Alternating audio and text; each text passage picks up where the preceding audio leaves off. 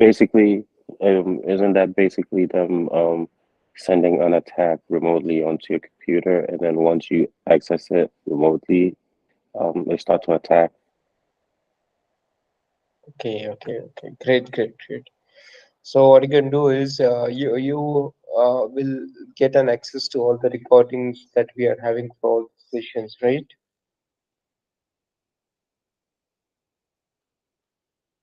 Yes.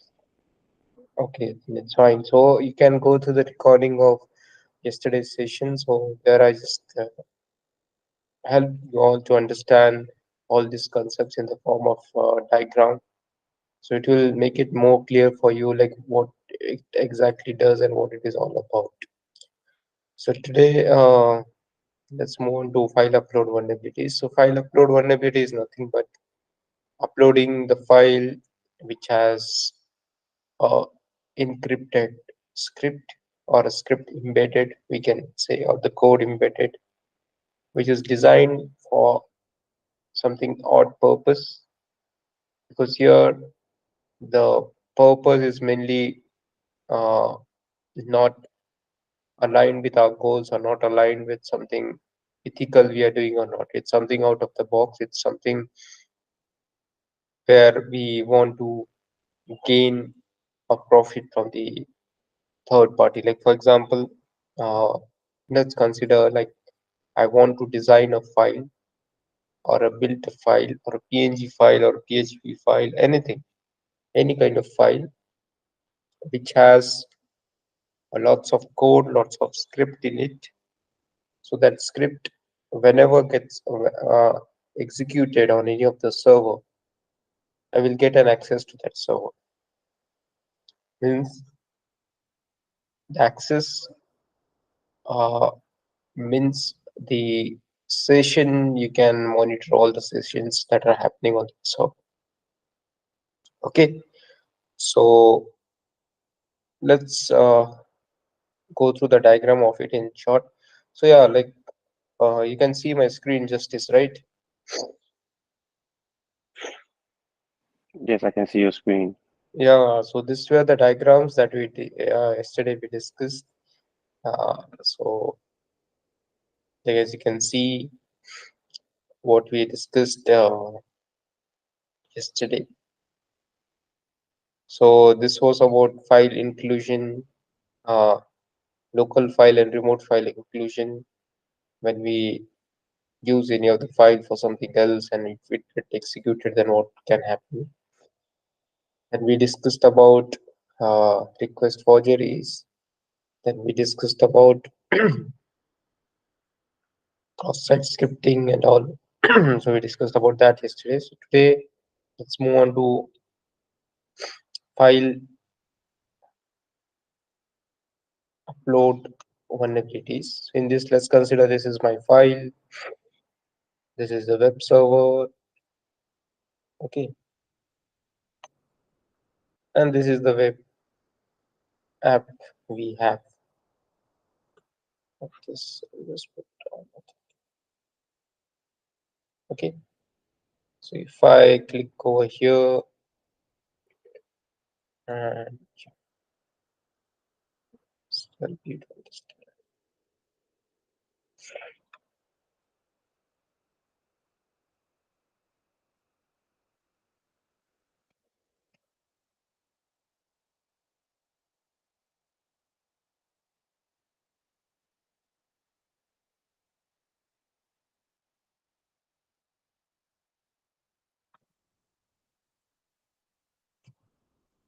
Okay, so let's consider this is the file.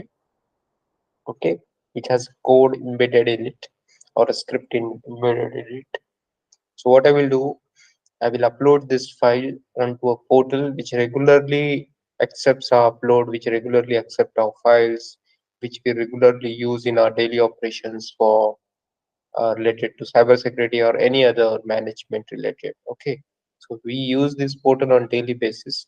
But what will happen in this is someone will try to upload the file which is extremely malicious, which has a code or a script embedded in it. And once I upload, if it gets executed at server end, then what will happen?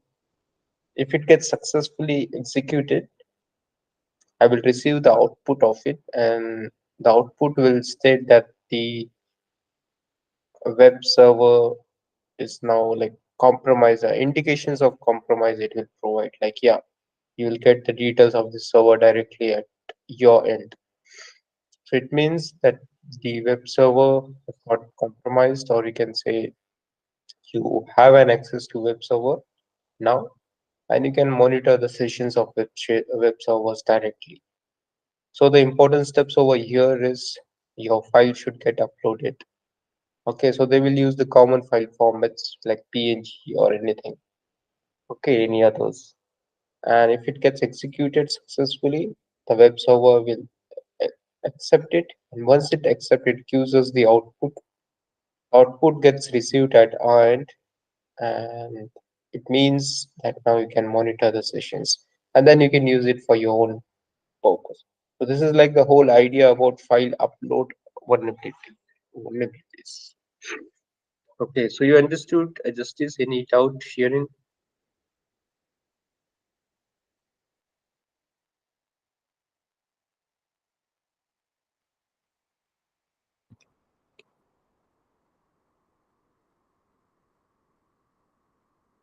Justice, you're there. Yes, I keep hitting the wrong button. I'm sorry. Yes, I'm right here. I No, totally no understand. problem, no problem. So Justice, like you work or you're a student? I'm a student. Okay, okay. So you attended the college today, and you may get sometimes tired of it, right? Yes, yes.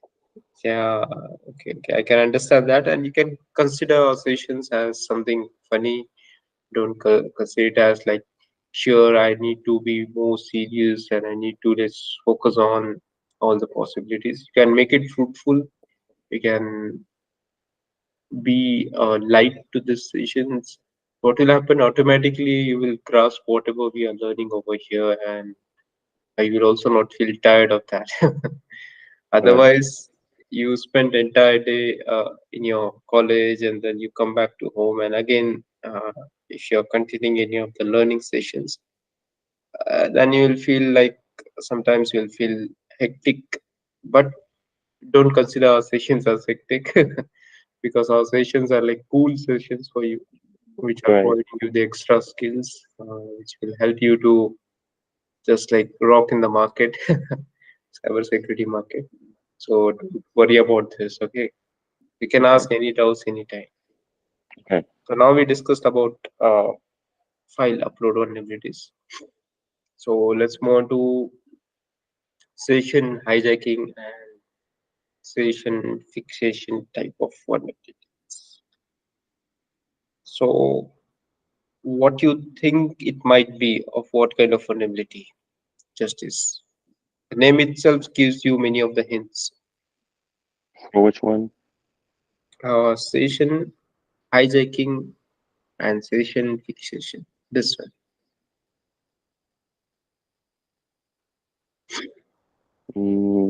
Would that one be the attack being like a brute force attack, trying to hijack your system and then try to shut down your system, your sessions for each computer so no one gets access to it? Okay, okay, okay, okay, okay. So session hijacking is nothing but the hijacking of ongoing session. Okay, like let's consider our meeting as an example, our call as an example. So now we are communicating with the Google Meet servers or the associated servers which are dedicated for Google Meet. So here we are interacting with the Google Meet servers. So this is like a session which is ongoing, right? So each conversation or each login and log off, each mute and unmute, each sharing and not sharing will generate a session IDs, right? Parallelly. So what will happen? The third party or the attacker will monitor activities based on the session IDs. They will try to sniff our session IDs by using any of the tools that they have. Okay, and then they will utilize that session IDs for something odd purpose. Like for example, if I share any of the information in this session, if I share anything sensitive which should not be shared in this session, then they will try to collate all those sensitive information by sniffing the packets which are getting transferred between you and me, and then they will use it for their own purpose. So this is all about the session hijacking uh, concept. And session fixation is like you're fixing the same session. Okay, like for example, uh, now we are communicating through Google Meet, right? So we have our own order, right? Like we share the screen, we communicate through the audio options that we have, we share our screen to the screen sharing option they have. So this is like the whole about session which is ongoing, right? But let's consider uh, the attacker is interested in our sessions or the session ID in which I shared the passwords with you. Okay, since not passwords, I can say like for example, can you see my screen now? Yes, I can see your screen. Is visible, right? So let's consider here one more option is there. Let's consider this one. Okay, so here let's consider I got an option of polls.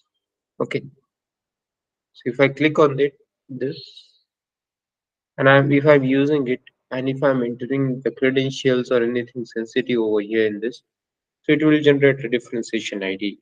Am I right, Justice? That is right. Yeah, because here we started utilizing the integrations which are available.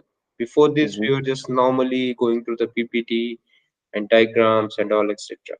But here I utilize the poll, which is a type of integration in this app, and I'm using that for my own purpose to share the credentials or anything sensitive.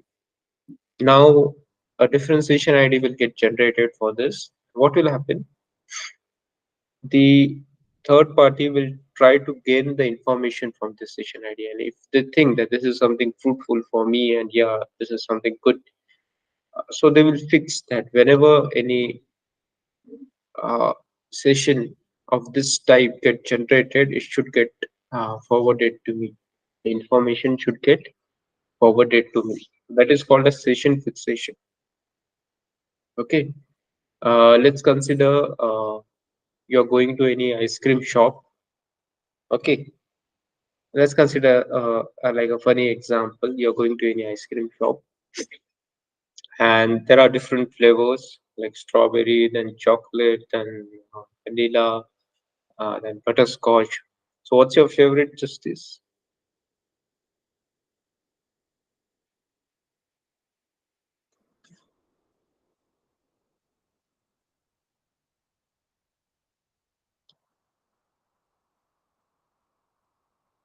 Justice, you're there. Like, which is your Yes, favorite yes. I flavor of was ice waiting cream? for you to. I thought you were saying something, so I was just waiting. No, no. Actually, I was asking you, like, what is your favorite flavor of ice cream? My favorite would be strawberry. Okay, fine. And the shop has five flavors: strawberry, chocolate, butterscotch, and vanilla. Okay, and one more like currant and all. Let's consider you're more interested in strawberry. Okay, and strawberry is currently out of stock.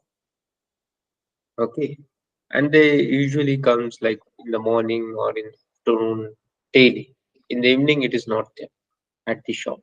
Okay, so here in the session fixation, what they do is they will fix the session or fix the things in such a manner that whenever the shop receives strawberry ice cream, you should automatically get informed and you should get the information related to that. So that is nothing but a sort of example for you like what is session fixation and what is session hijacking. Session hijacking is monitoring all the sessions, monitoring all the ice creams that have been sold or bought into the shop for selling, and also you're monitoring all the things. That is called a session hijacking. But session fixation is something that I'm not interested in other ice creams, but I'm interested in only the strawberry. So whenever any strawberry comes, I should get informed on that. So that is session fixation. So you understood this common example or good example, we can say.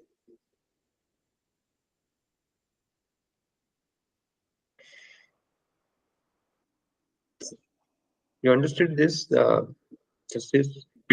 Yes. Yes. Yeah, so this is completely non-technical, but you can relate it with the technical. Okay, so you can relate your ice creams with the session IDs.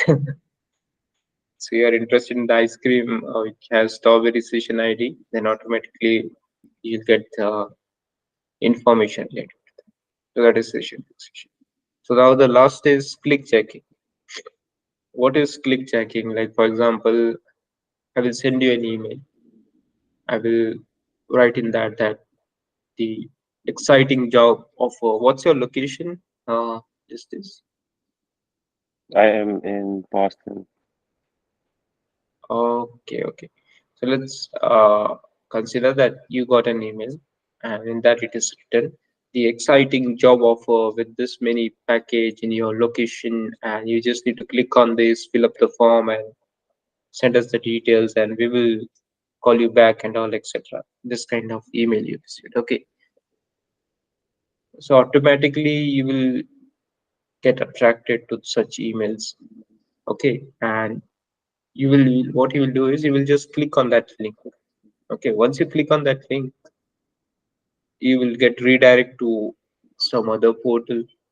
Okay, and you will think that yeah, this portal is normal, let's go forward with it.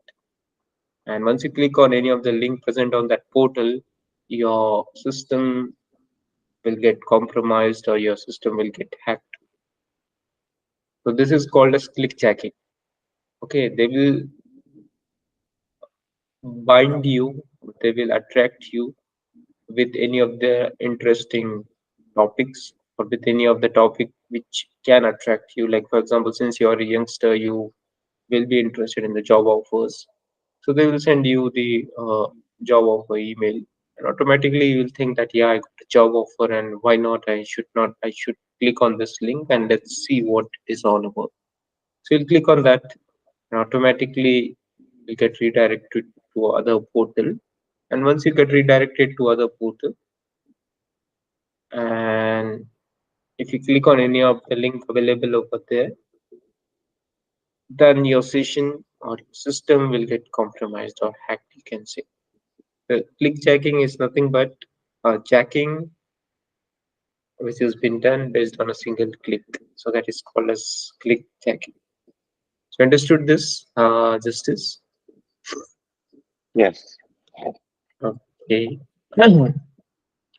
So let's move on to the next. So we discussed about different types of attacks in our module 2, that is network level attacks, host level attacks, and application level attacks.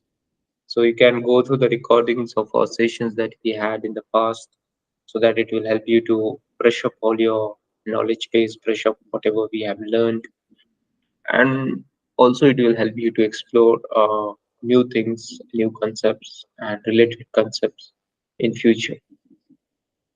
So what is IOCs? IOCs is nothing but the indicators of compromise.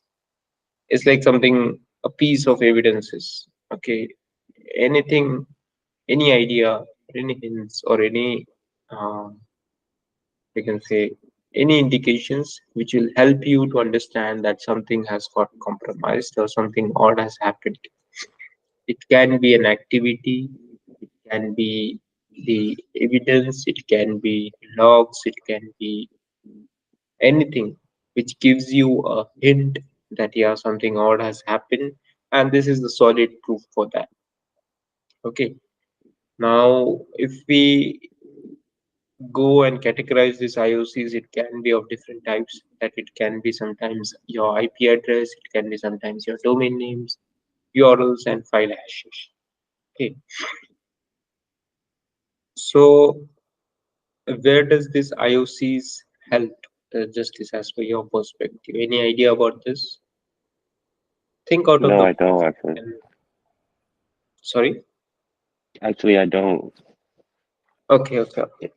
So let's consider you're a security analyst. You're working in the cybersecurity team.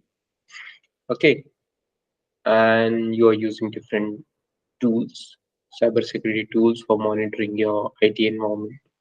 Okay, so you get different kinds of alerts. Okay, so there you will get the number of indications. Okay, indications means indications related to any activity.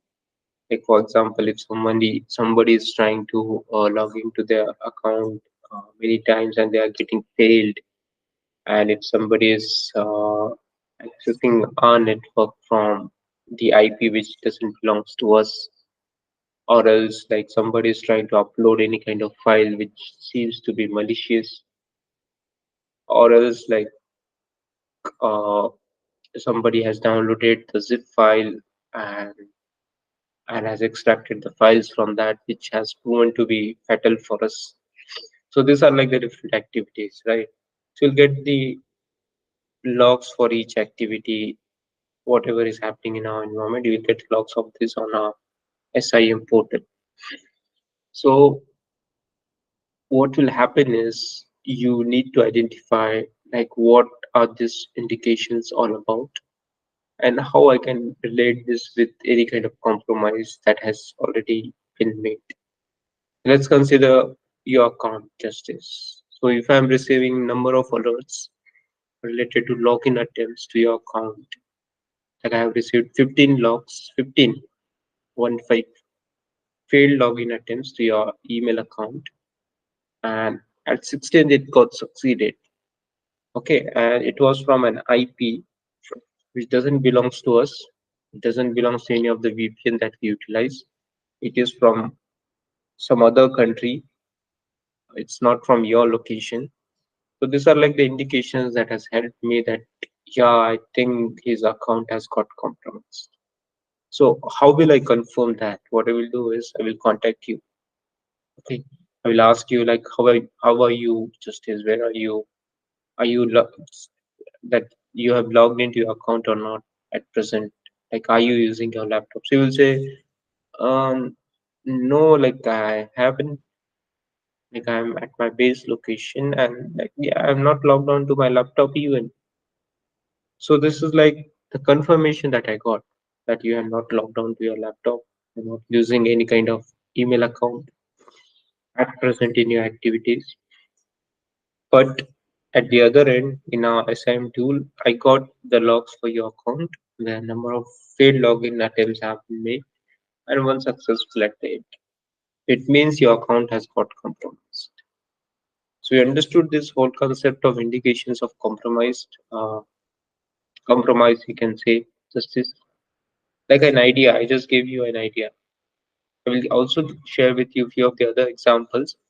But was this helpful example for you, justice, to understand what is IOC?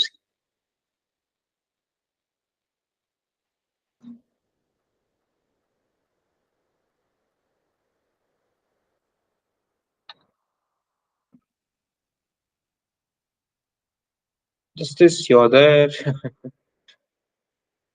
You're like you're feeling tired, I think.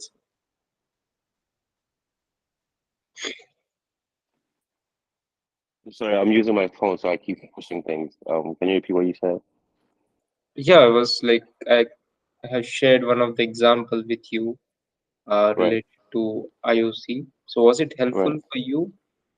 Yes, yes. Yeah. So it gave you an account example where we discussed about what it is and how we get the indications and how we need to figure out that here something odd is happening. So this is sort of example for the account compromise.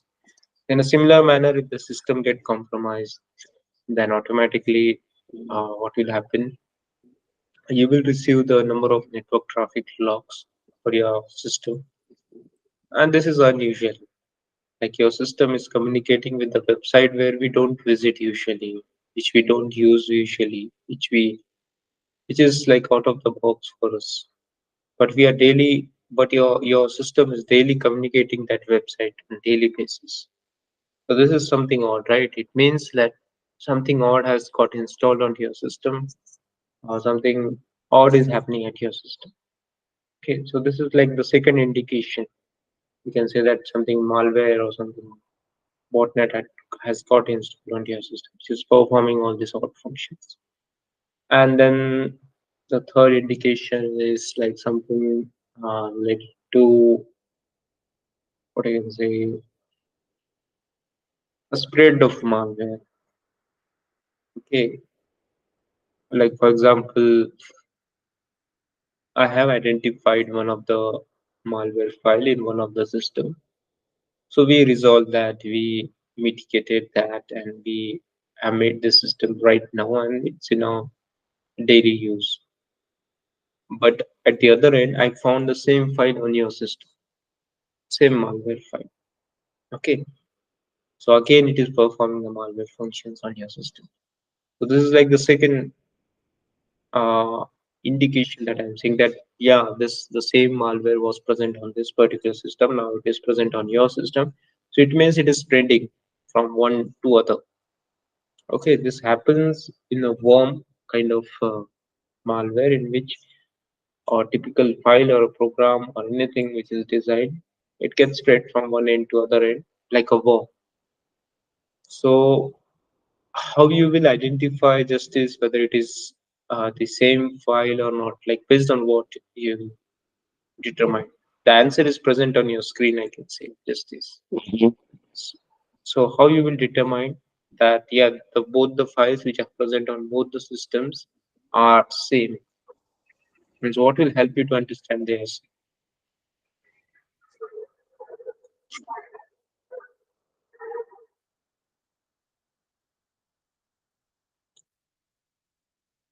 So what is file hash? Are you aware of this?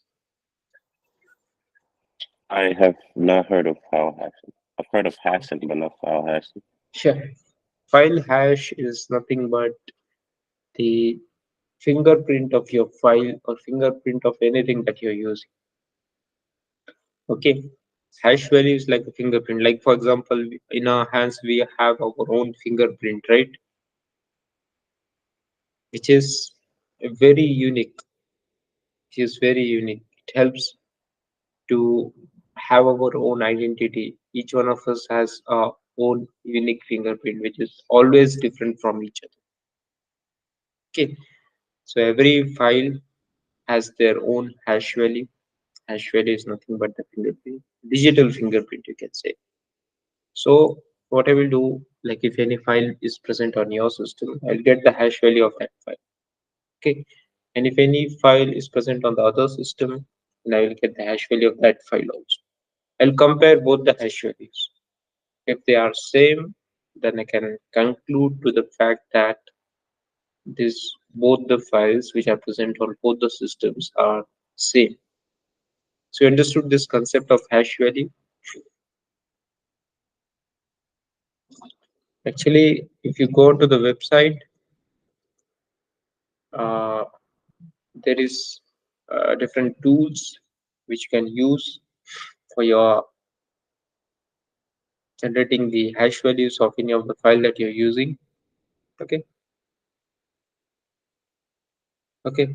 So like for example, if I browse and if I drop any of the file over here, it will generate hash value for that. Okay. So these are the different format of hash values: MD2, MD4, MD5. MD5 and SHA-1 is the mostly used hash value. Can you see my screen? Is this? Yes, I can see your screen. Okay, what I will do, I will just upload in your file over here. I just upload this. Calculate the hash value. Can you see now?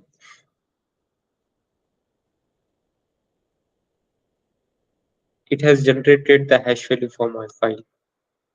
Okay, so this is like a fingerprint. This you can just copy and store it anywhere. Okay, as a database that this file has this particular hash value. Now, if you get any new file and if you want to compare that with any of the other file, you also need to upload that and create the hash value for that. And you can compare the hash values. If they are same, then it means that yeah, they are the same files which are present on both the systems. So this was about hash values. So IOCs is nothing but indications that you're getting that something has got compromised. So let's move on to our last concept of this module, that is cyber kill chain. So cyber kill chain is nothing but the whole chain of different activities or different goals, sub goals, you can say, sub items, where you will do all your operations step by step to do something big or to achieve whatever the objectives or the goals that you have. So here, as you can see, there are the like 7 important steps of cyber kill chain. It's famous, like any interviewer can ask you about what is cyber kill chain. So at least if you remember the terminologies of this chain, it can help you. So it's the first phase is of reconnaissance, second weaponization, third delivery, fourth exploitation, fifth installation, sixth command and control, and the last is action, taking action on whatever your objective is. Okay, so first phase in the image itself, you can see in the first phase, we'll try to gather the information as much as we can. Now, gathering the information by emails, by calls, by messages, or anything you can use. Okay, so that is the first phase. Second is of weaponization. Second is like to collect the weapons, to collect the exploit codes, to collect the scripts, and whatever we want to utilize based on the information that we have gathered. Like for example, in information gathering, you got to know these ports are open, these ports are still open. So I will utilize this port. So for utilizing that port, you need to have the information first, right? Then second step would be what should I use? What are the scripts that I can use that will go through this port, enter through this port, utilize this port, and do something on the system. Okay. So second is first is looking at the enemy. Second is getting all the weapons by understanding the enemy, how much vital or fatal they are. Getting all the weapons in our hand. Second is delivering those weapons to our soldiers which are present over there. Okay. And it's like, for example, you send the weapon plus information to your soldiers, and what your soldiers will do, they will exploit. Okay, exploitation is nothing but uh, like starting a war, like executing all these things and just starting it. Okay, it's called as exploitation. And once you are on the ground, you start your war with your enemies, and then you start installing whatever can prove harmful for your enemies. You start installing it, right? Once you start and install, so you have your own objective, right? Like to get the control of this ground, I first need to have the command and control of this ground. So you will install it in a manner that you will get the command and control of that ground, whole ground. And then once you get the command and control, then you can do whatever you want to do over there. So you understood this whole concept of cyber kill chain justice non-technically. Means No, I haven't. it's a normal concept. It's not something which you will not remember. Like like before going to any of the exams, right? First, we'll prepare, we'll look at the syllabus, we'll check what is required, we'll try to understand, and then we will go and get the books. Books is nothing but the understanding syllabus is reconnaissance, and getting the books is weaponization. Then getting the books delivered at our home is the delivery step. Then exploitation is using those books for a reading purpose. We are reading those books now, and once we read those books, then automatically our brain will get trained with that. We can say the books get installed onto your brain or mindset, we can say. Okay. And then whenever now you will go to your exam center, you have the whole command and control of it. The answer sheet that you have in your hand, you have the command and control on it, right? Because now you are prepared based on the books that you have got, based on the syllabus that you have went through. So now you have the whole command and control of the answer sheet that it's in your hands. What you will do then, you will work on it to write the better answer as far as you can, as much as you can. So this is the whole concept of cyber kill. Like whenever I want to attack any enemy, I'll first, like, let's consider Facebook. Okay, first I'll gather the information of Facebook as much as I can, the email IDs of employees, their web servers, their IPs, etc., etc. Once I get the information, I will understand their weakness. What is their weakness and how can I use it? So I found that one of the user is using this credential. Okay, so this is the weakness attack. So weaponization is, I will try to use his or her email ID to deliver the malwares. Okay, so what is required? Email ID credential and the malware that you want to deliver. So you will hold this bold of both the things and you will deliver it in your next third step of delivery. Once it gets delivered, you'll get the indication that yeah, it got delivered, and it will start exploiting at the uh, Facebook end. Exploiting means the malware started getting spread, giving you the information from the web servers, etc., etc. It means it got installed. It has a percentage of installation, right? Like the malware was intended for 10 systems, and it has got installed on 5 systems as well. So when it gets installed for 10 systems, you can say that yeah, now the goal is like near to complete, and I have installed it on all the systems, and now I have the command and control on most of the systems. So once you get the command and control, once you have the malware installed on every system, so now you can, it's like your systems now.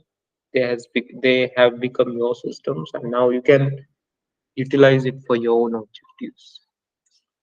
So this was all about the cyber kill chain, the 7 phases. I hope you understood justice.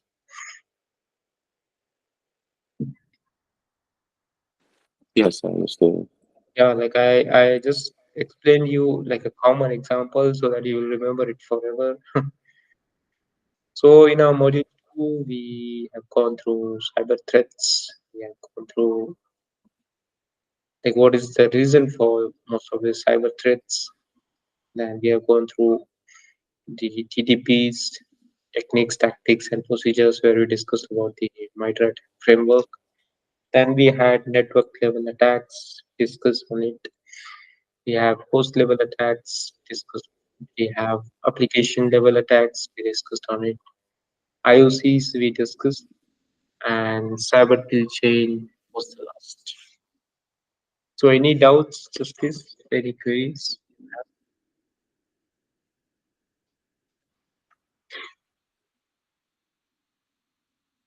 Anything out of the box, so you can ask. I don't really have anything in mind. Okay. So, no problem. I don't know why Jacob has not joined today. Like yesterday, he was there and you were not there. And today, you're there, but he's not there. Just good.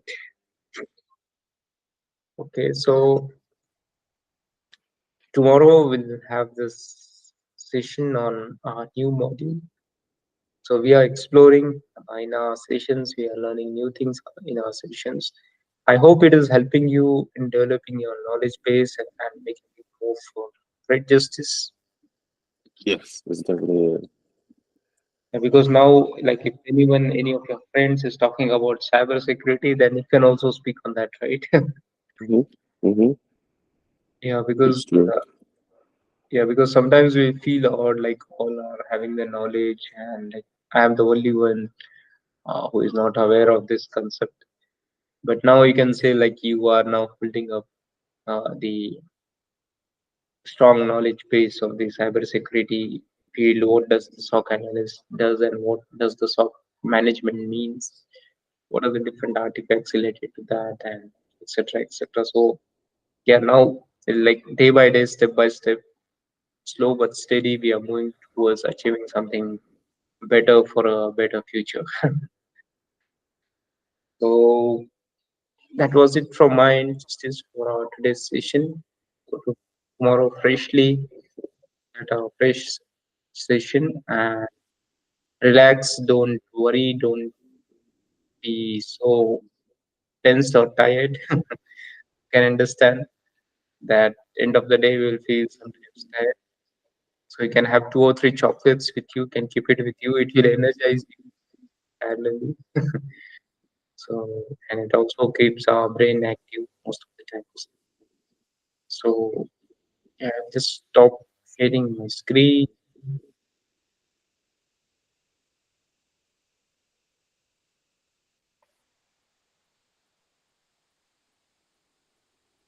Oh,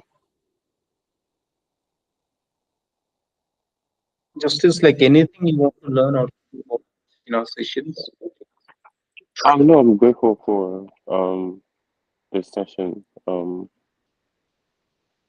don't really have any thing to ask. Any questions? You okay? Okay. So you started exploring the web based on whatever we are learning over here. Mm. Like anything that you're doing at your individual level for your study purpose, justice. Oh, Like for understand study this. purposes, I I just started looking into the attacks before the class I missed yesterday. So um, that's where I'm at right now. I'd have to watch the videos to actually catch up.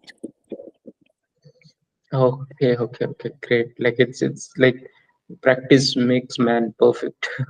Right, right.